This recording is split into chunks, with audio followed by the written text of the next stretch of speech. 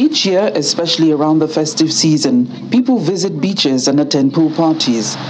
Often cases of near drownings and drownings are reported. Dr. Cleve Robertson from the National Sea Rescue Institute, NSRI, in South Africa, says it's important to understand the language of water. People and adults often don't appreciate the depth of water. And as soon as they're out of their depth, they sink and they drown. People, when they go to the beach, need to be aware that these things exist and need to know how to identify them. So it's normally calm blue water in between the waves, and it looks calm, but in fact there's a current heading out to sea at a huge speed. So that calmish blue water that goes out between the waves, that's not a safe place to swim. So people need to be aware of that.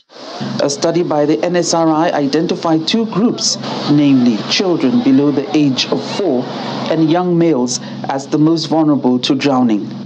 In cases of children drowning, guardians or parents are usually distracted by gadgets, among others. In a 5-second selfie or game break, a lot can happen. Dr. Palesa Monyaki, a pediatrician, paints a picture of how the situation is currently in pediatric wards. This is our peak season. Unfortunately, this is when we see a rise in the incidence and prevalence of drowning. It is vital to teach parents about child safety in the home, but particularly water safety in the season, because that's when we see the most amount of drownings. Another vulnerable group are young male adults.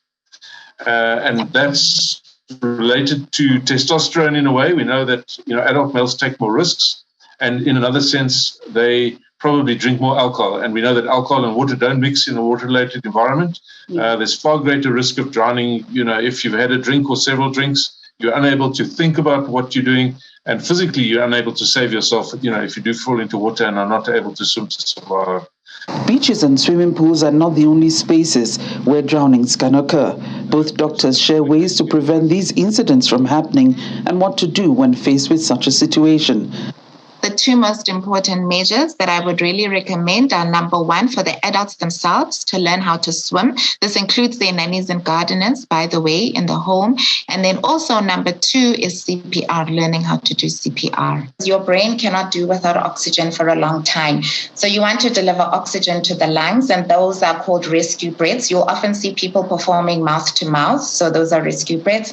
And then chest compressions, because these children, unfortunately, the longer they are immersed underwater, unfortunately, they go into cardiac arrest. So you really want to get the heart going.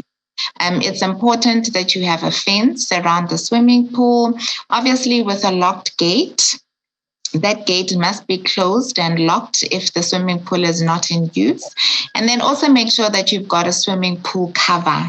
Often people do not know how or what to do when a person is drowning or when a person has been rescued.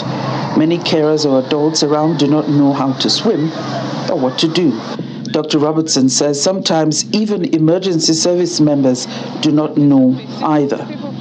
Yes, surprisingly, and you would think that they would do it naturally. That kind of took them a bit by surprise, but eventually they bought into it, and every one of our ambulance personnel had to learn to swim.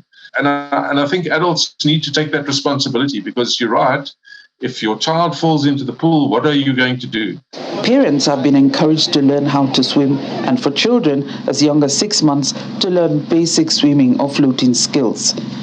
The main message is, if you can't swim, don't. If you can, don't swim drunk. And for those around children, always be watchful. From Johannesburg, South Africa, Betty Dibia, Channels Television News.